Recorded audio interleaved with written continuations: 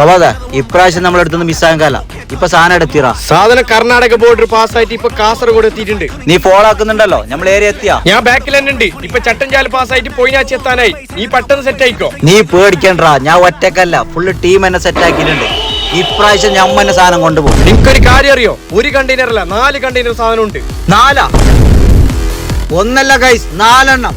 Come on.